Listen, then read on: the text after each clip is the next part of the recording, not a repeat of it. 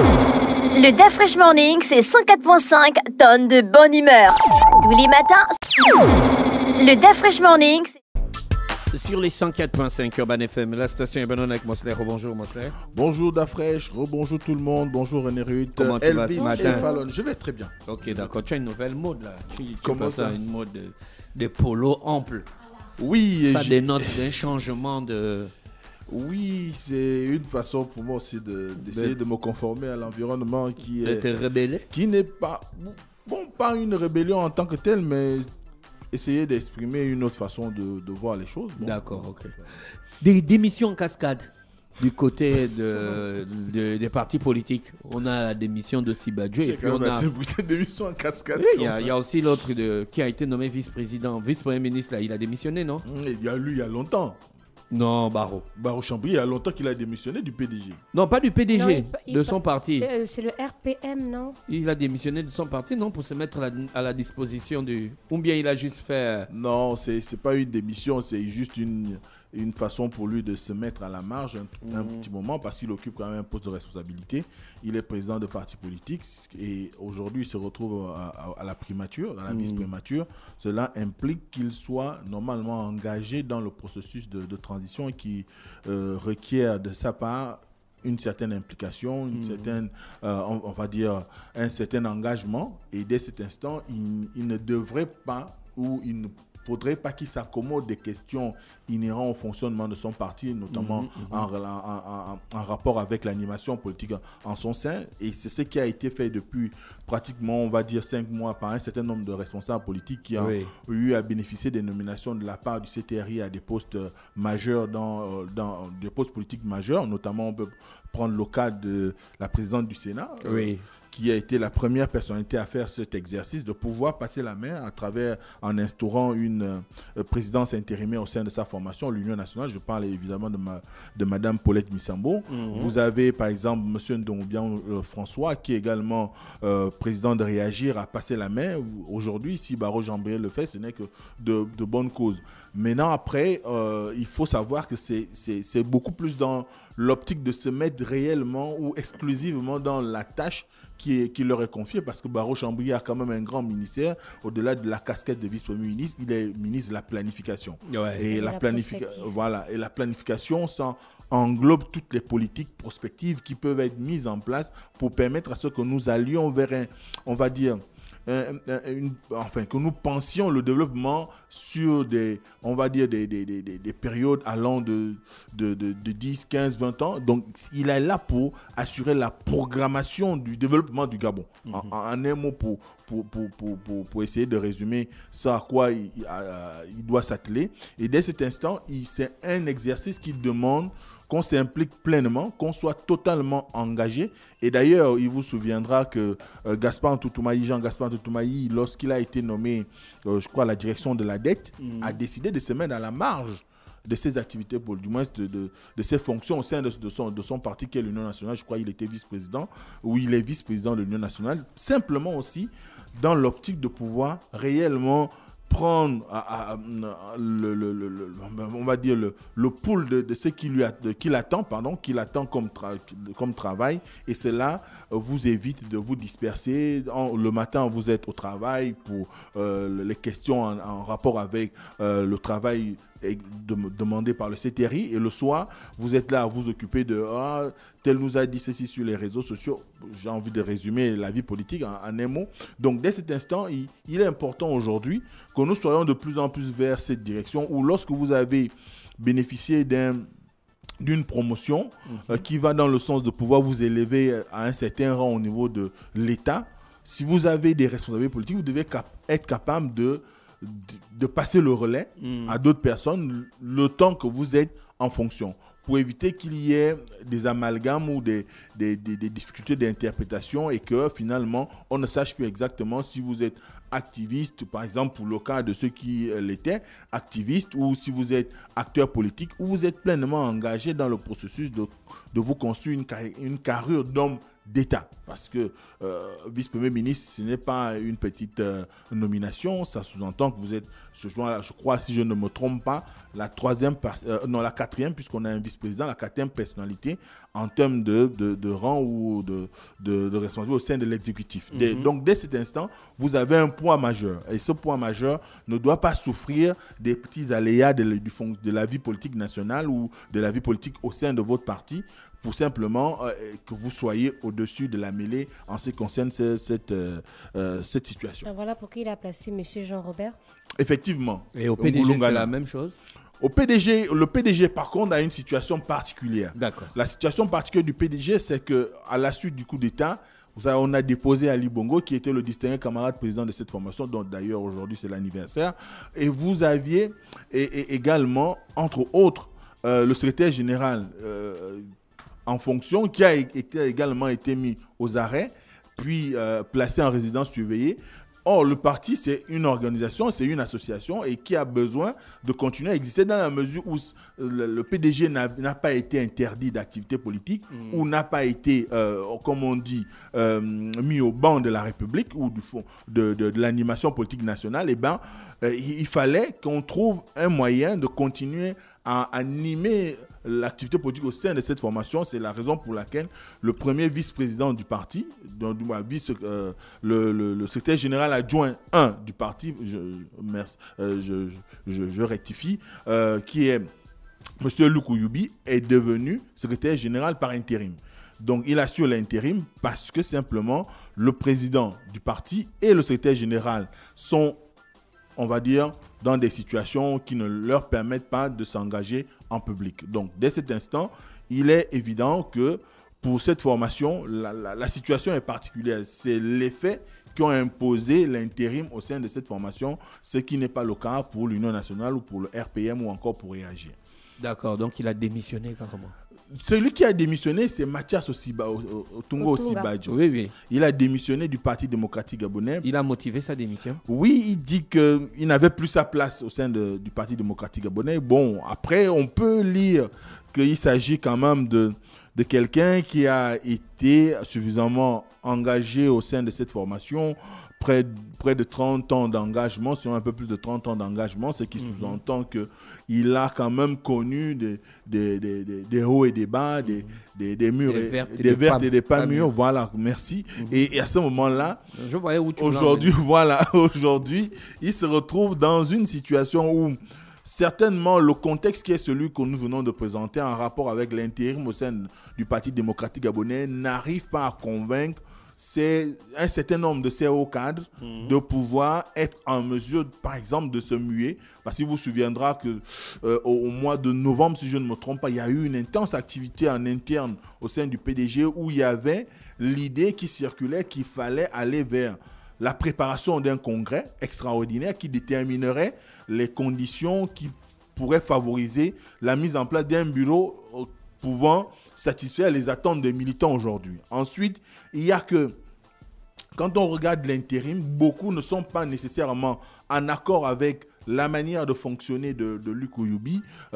Beaucoup estimeraient que pour lui, il traîne le pas pour organiser un certain nombre de réformes dont ont besoin les cadres aujourd'hui pour permettre à ce que le Parti démocratique gabonais puisse à nouveau compter sur la scène politique nationale.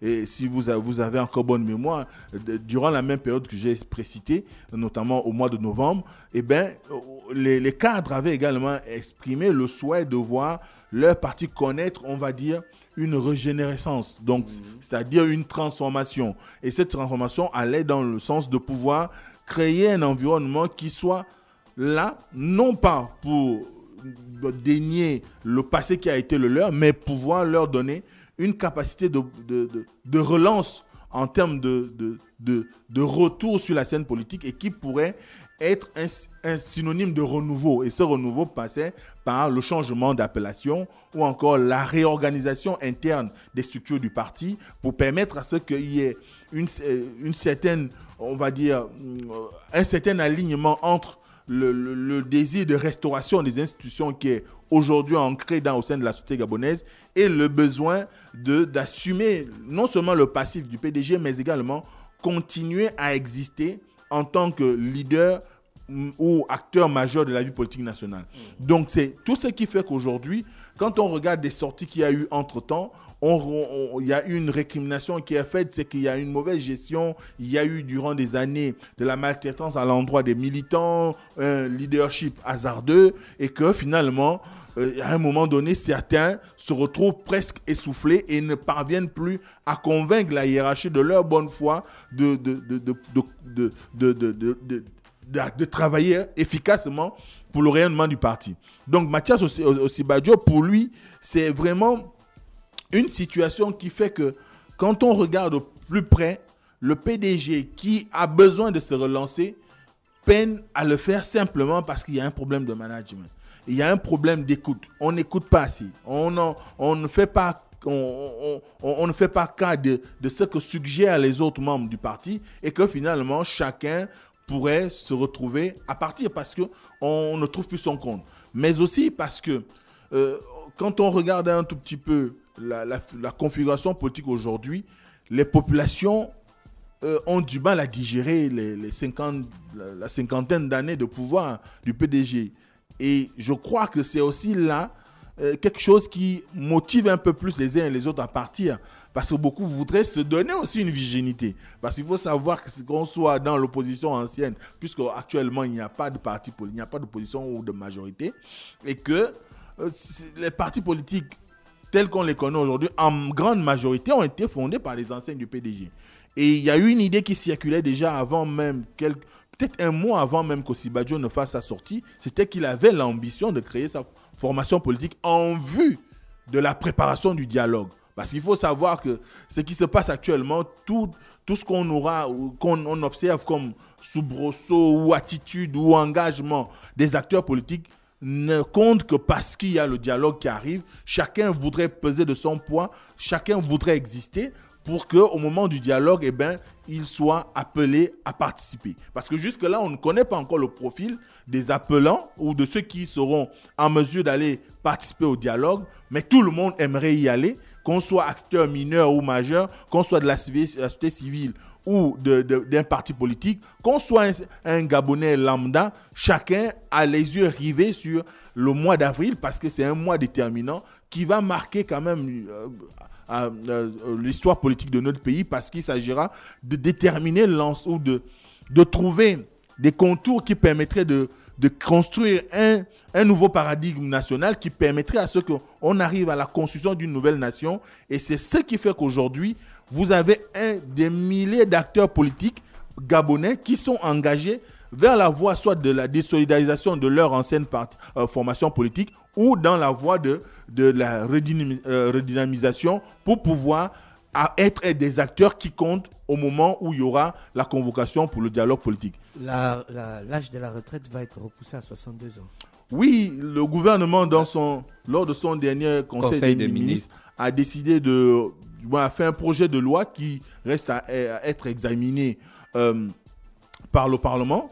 Et ce conseil des ministres a décidé que 62 ans, il faut déjà savoir que je crois au dernier discours du chef de l'État, le discours de la nation, il avait engagé cette idée. Et il y a un des conseils des ministres également où on avait lancé déjà l'idée de l'augmentation de l'âge de départ à la retraite. Bon, de ce qui est donné comme explication, c'est qu'aujourd'hui, nous avons un environnement qui ne permet pas de soutenir clairement, on va dire, la garantie de paiement des pensions retraite parce qu'il y aurait un déficit budgétaire, il y aurait aussi un déficit peut-être. Tu n'es pas sûr. En termes de management. Tu n'es pas sûr. Mais parce que on ne peut pas parler des choses si tu n'es pas sûr. Parce que ce qui a été lancé comme idée, c'est qu'il n'y a pas du moins le système tel qu'il est présenté aujourd'hui n'est pas de nature à soutenir durablement. Donc là, on est dans la réforme des retraites. Là. On est dans la réforme des retraites sans qu'on le dise clairement. Parce que augmenter l'âge de départ à la retraite, c'est trouver des ressources en plus pour soutenir les caisses de pension et de retraite. Et dès cet instant, il faut maintenant savoir si les syndicats vont adhérer. Quoique déjà, les dernières discussions qu'il y a eu avec les syndicats qui réclamaient à corps et à cri l'arrimage des pensions retraite au nouveau système de rémunération qui a été mis en place en 2015, c'est beaucoup plus dans l'optique et dans cette optique-là, le gouvernement a certainement aussi trouvé une parade en termes de contrepartie pour les travailleurs, pour décider de ce que les agents civils de l'État aillent en retraite à plus de 60 ans. On sait qu'il y a des contraintes. On sait qu'aujourd'hui aussi, on peut lire une certaine contradiction en ce qui concerne la capacité de l'État à renouveler ses effectifs ou son personnel. Et surtout que nous sommes dans un moment où le gouvernement prône le plein emploi. Vous savez qu'il y a eu des recrutements massifs dernièrement à la fonction publique, quoique on est encore dans la phase certainement de l'étude des dossiers, mais n'empêche qu'il y a eu des centaines de jeunes qui sont allés déposer des documents ou des dossiers auprès du ministère de la fonction publique pour pouvoir être recrutés par l'État. Et dès cet instant, on peut certes lire cette antinomie qui existerait, parce que quand même, quand on a une retraite à 62 ans, ça veut dire que les gens vont travailler un peu plus longtemps. Celui qui était prêt à partir à la retraite cette année, s'il est rattrapé au moment où on va dire le Parlement va, du moins les chambres du Parlement vont voter la loi, si il devait partir en retraite en juin et qu'on venait à voter la loi en mai, ben, il est pris par la loi. Donc du coup, il va différer son départ à la retraite dans 2 ans. Or, on a une masse de jeunes qui frappent à la porte de la fonction publique. Et là, ça va créer quand même peut-être un petit retardement en termes d'octroi des postes budgétaires et tout ce qui s'ensuit. Mais n'empêche qu'aujourd'hui, on est vraiment dans un système où le gouvernement se retrouve face à une équation. Comment gérer le paiement des retraites, mais également comment régler la question du renouvellement des effectifs avec les départs à la retraite. Après, il y a des agents qui, moi j'ai discuté avec certains, par exemple, il y a qui disait qu'il y a quand même qu'on doit leur expliquer, parce qu'il ne suffit pas de dire 62 ans, on va à la retraite, mais il y a des spécificités d'emploi. Vous avez des gens qui ont des métiers pénibles. Si vous avez un enseignant dans nos systèmes éducatifs gabonais où l'enseignant n'a même pas de chaise pour s'asseoir dans une salle de classe, il passe la journée debout, eh bien, à un moment donné, il y a la pénibilité au travail. Donc, il faut prendre cela en compte. Il faut également ouvrir la possibilité pour certains qui seront à un âge très avancé et qui n'arrivent plus, pour des questions de santé ou des questions de structure physique, ne parviennent plus à travailler convenablement, leur créer des exutoires pour permettre à ceux qu'ils prennent, par exemple, des retraites anticipées.